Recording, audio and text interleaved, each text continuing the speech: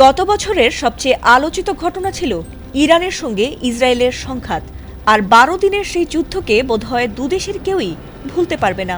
ট্রাম্পের আহ্বানে সেই যুদ্ধ থামলেও ইরান সেখানে বিজয়ী হয়েছে, আর এটি বোধহয় মেনে নিতেও দুষ্কর দখলদার দেশটির জন্য।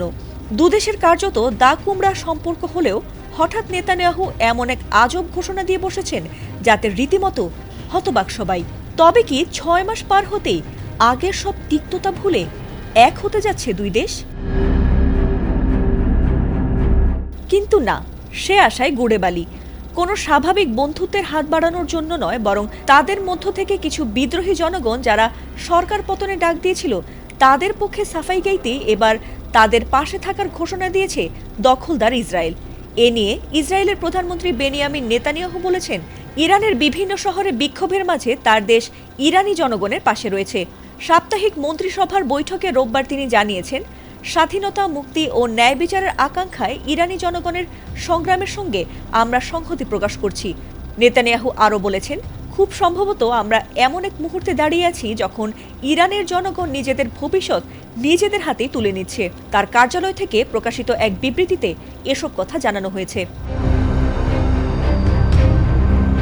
এদিকে ইরানি রিয়েলের নজিরবিহীন দরপতন এবং তার পরপরই তেহরানের বাজারগুলোতে একের পর এক শাটার পড়ে যাওয়ার ঘটনাকে পশ্চিমা বিশ্ব আবারও সেই চিরচেনার সংকীর্ণ দৃষ্টিভঙ্গিতে দেখছে।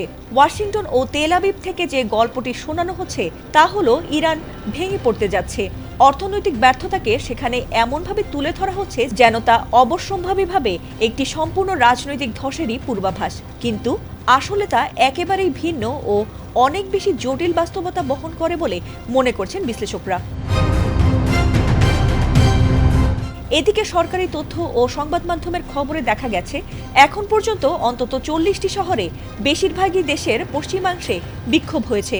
সরকারি ইরানি তথ্যের ভিত্তিতে তৈরি প্রতিবেদন অনুযায়ী অন্তত ১২ জন নিহত হয়েছে, যার মধ্যে নিরাপত্তা বাহিনীর সদস্যরাও রয়েছেন। ফাতিমা সুলতানা, এটিএন বাংলা।